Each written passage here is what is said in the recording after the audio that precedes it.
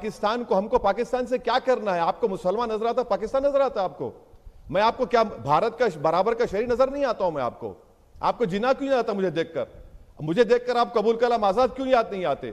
मुझे देखकर आपको जौहर बरदरान क्यों याद नहीं आते? मुझे देखकर आपको सन 57 की जंग आजादी के मुजाहिदीन याद नहीं आते जो अंग्रेजों के खिलाफ जिहाद का फतवा दिया था?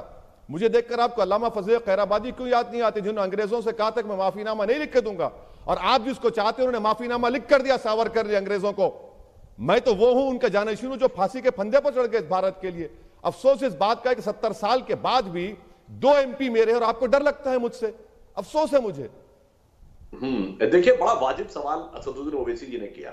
हमने कोई आपत्ति थोड़ी की है। लालू मुलायम ने भी वही राजनीति की थी इसी संवैधानिक व्यवस्था के अंतर्गत।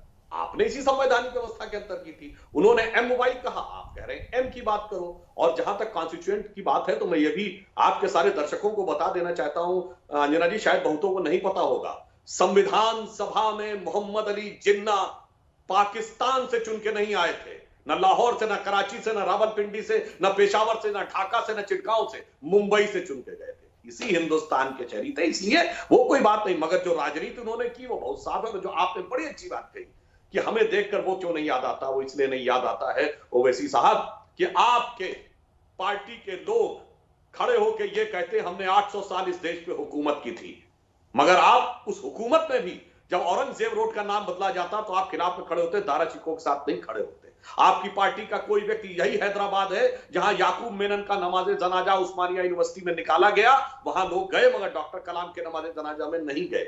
यही वो लोग हैं, मुझे इसलिए एतराज रहता है कि वीर अब्दुल हमीद की शहादत की 50वीं वर्षगांठ 2015 में हुई, कोई नहीं गया। उस्ताद बिस्मिल्लाह खां की डेथ हुई, कोई नहीं गया।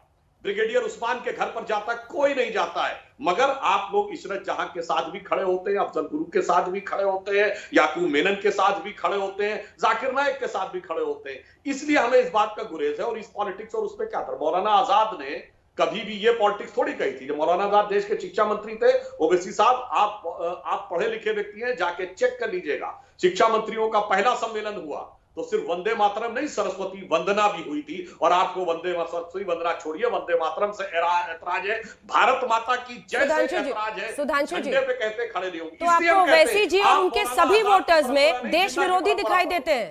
जिन्ना और पाकिस्तान नजर आता है, सर्जिकल स्ट्राइक की जरूरत नजर आती है।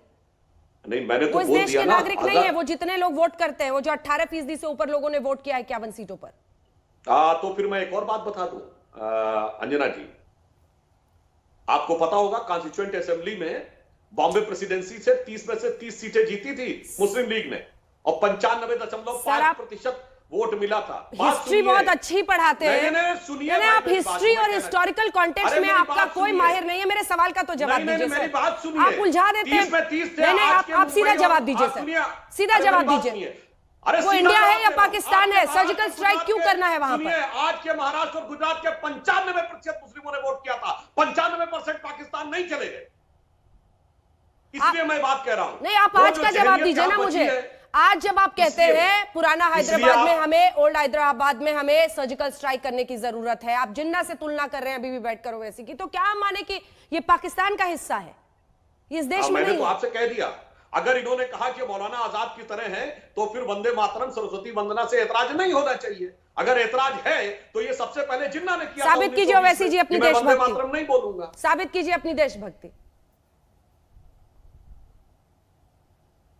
अरे मैडम, मैं जिंदगी में जब यहां से चला भी जाऊंगा ना